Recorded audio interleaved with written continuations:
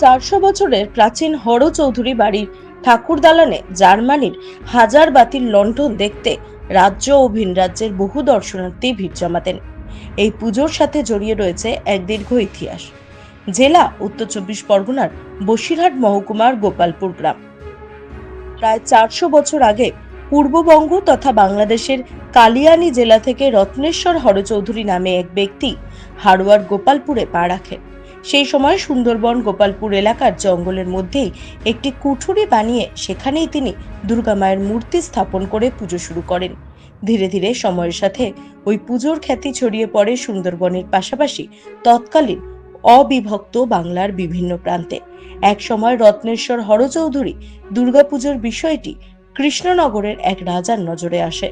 জানা যায় কৃষ্ণনগরের ওই রাজা রত্নেশ্বর হরচৌধুরীকে শ্রদ্ধা করতেন, আর সেখান থেকেই শুরু হয় জমিদারি প্রথায় দুর্গাপুজো। আস্তে আস্তে পুজো বড় হতে থাকে। এই দুর্গাপুজোকে মানুষের চোখে আরো আকর্ষণীয় করে তুলতে সুদূর জার্মানি থেকে আনা হাজার বাতির লণ্ঠন পুজোর দালানে শোভা পেত। পরবর্তীতে রত্নেশ্বর হরচৌধুরী প্রয়াত হওয়ার পর পুজোর দায়িত্ব নেন ওনার পুত্র রামজয় হরচৌধুরী। তারপর থেকে পুজো চলতে থাকে। পাশাপাশি স্বর্গীয় রত্নেশ্বর হরচৌধুরীর নামে গড়ে ওঠে একটি পুজো দালান।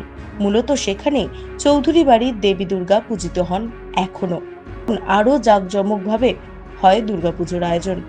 কথিত আছে মহালয়ের দিন চৌধুরী বাড়ির পাশে একটি বাগানের মধ্যে পুকুর রয়েছে। সেই পুকুরে গিয়ে মাকে প্রণাম করে নিমন্ত্রণ করলে পুজোর সমস্ত সরঞ্জাম পুকুরে নিজে থেকেই ভেসে ওঠে।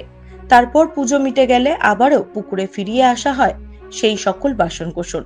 পরিবারের সদস্যরা জানাচ্ছেন এই পুজো ঘিরে হাড়োয়া তো বটেই, পাশের জেলা এমনকি রাজ্যের বিভিন্ন প্রান্তের মানুষের কাছে খ্যাতি ছড়িয়ে পড়েছে। অর্থাৎ রাজ্যের বিভিন্ন প্রান্ত থেকে মানুষ ছুটে আসেন এই পুজো দেখতে। পরিবার সূত্রে জানা যায় হরচৌধুরী বাড়ির বেশিরভাগ সদস্য কলকাতা সহ রাজ্যের বিভিন্ন প্রান্ত এমনকি বিদেশেও থাকেন। পুজো আসলেই তারা আবার হাজির হন গোপালপুরে। তারপর পুজোর কটা দিন ঠাকুর দালানে জমজমাট আনন্দ। পরিবার সূত্রে জানা যায় পুজো চলাকালীন ভোগ রান্না করা হয় বাড়ির কাঠের তৈরি উনুনে। আজও সেই প্রথা মেনে আসছেন পরিবারের সদস্যরা। পরিবারের সদস্যদের কথায় এই পুজোয় ঘটে একাধিক অলৌকিক ঘটনা। রামজয় হরচৌধুরীর নাম নিলে ভাঙা হাড়ি জোড়া লেগে যায়। এখন জমিদার নেই, জমিদারি প্রথাও নেই, কিন্তু জমিদার বাড়ির সেই জমজমাট পুজো আজও স্বমহিমায় হয়ে আসছে হরচৌধুরীর বাড়িতে। কালের পরিবর্তনে বিলীন হয়েছে নানান ইতিহাস, কিন্তু পুজো আজও ধরে রেখেছেন পরিবারের সদস্যরা। এখন হাজার বাতির লণ্ঠন আর জ্বলে না, পুকুর থেকে বাসনও আর ভেসে ওঠে না। অতীতে গোপালপুরের হরচৌধুরীর বাড়ির প্রাচীন পূজা ঘিরে রয়েছে নানান রহস্য। প্রাচীন সংস্কৃতি রূপকথা জড়িয়ে রয়েছে দালানের ভাঙা ইটের গল্পগাথায়। পাশাপাশি রত্নেশ্বর হরচৌধুরীর এবং রামজয় হরচৌধুরীর স্মৃতি বিজড়িত বাড়িটি আজও মাথা উঁচু করে ইতিহাস জানান দিচ্ছে। অর্থাৎ চৌধুরী বাড়ির ইতিহাস আজও বহন করে চলেছেন পরিবারের সদস্যরা।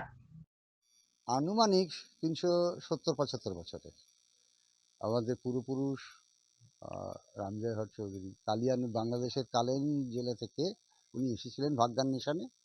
এখানে এসে জমি জায়গা বাঁধা বনাঞ্চল চাষ করে একটা ছোট্ট দুর্গামূর্তি নিয়ে উনি এসেছিলেন। উনি নিত্য সেবা করতেন। সেইখান থেকে উনি আস্তে আস্তে ওনার খ্যাতি ছড়িয়ে পড়ে যে ওনার কাছে যে যা মানসিক নিয়ে আসে উনি আশীর্বাদ করলে সেগুলো ফলতো।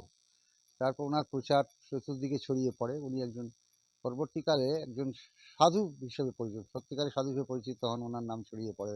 ওনার নামে ভাঙা হাঁড়ি জোড়া লাগতো এরকম কথিত এখনো আছে যে সুন্দরবন অঞ্চলে যারা মাঝি মাল্লারা মধু ভাঙতে যেত, কাঠ সংগ্রহ যেত, তারা 2 দিন 10 দিনের জন্য যেত। ভাত রান্না করতে করতে হাঁড়ি ফেটে গেছে, তখন বাবা রামজয় হর আমাকে এবার যাতে ক্ষমা করে দাও, আমাদের যাতে রান্নাবান্নাগুলো করতে পারে, এরকম আছে। আর আমাদের এই বৈশিষ্ট্য কি, আমাদের এখানে মা, হ্যাঁ, পুকুরে মাকে নিমন্ত্রণ করা হতো যে মা আমাদের পুজোর বাসন কোসন তুমি দাও। এইভাবে পান সুপারি দিয়ে নিমন্ত্রণ করে আসা হতো। তারপরে বাসনগুলো উঠতো, আবার বিজয়া দশমীর পরে গিয়ে সেই বাসন দিয়ে আসতে হতো, মা আমাদের কাজ মিটে গেছে তুমি নাও। এইটা হচ্ছে আমাদের বিশেষ বৈশিষ্ট্য ছিল। এখন কালের নিয়মে সেগুলো আর নেই। আমরা এখন অন্যান্য বংশধরেরা এখানে এখন বর্তমানে নেই। পুজোর সময় সবাই একত্রিত হয়। আর এখন আমরা এই 2-3 ঘর এখানে আছি। কত বছরের পুরনো পুজো? এটা তো প্রায় ধরুন, এখন আমরা যেটা ইদানিংকালে জেনেছি যে 300-350 বছরের প্রায়। কিন্তু এটা আমার মনে হয়, আমার আরো যার পূর্বপুরুষের কাছে শুনেছি, প্রায় 450 বছরের পুজো এটা।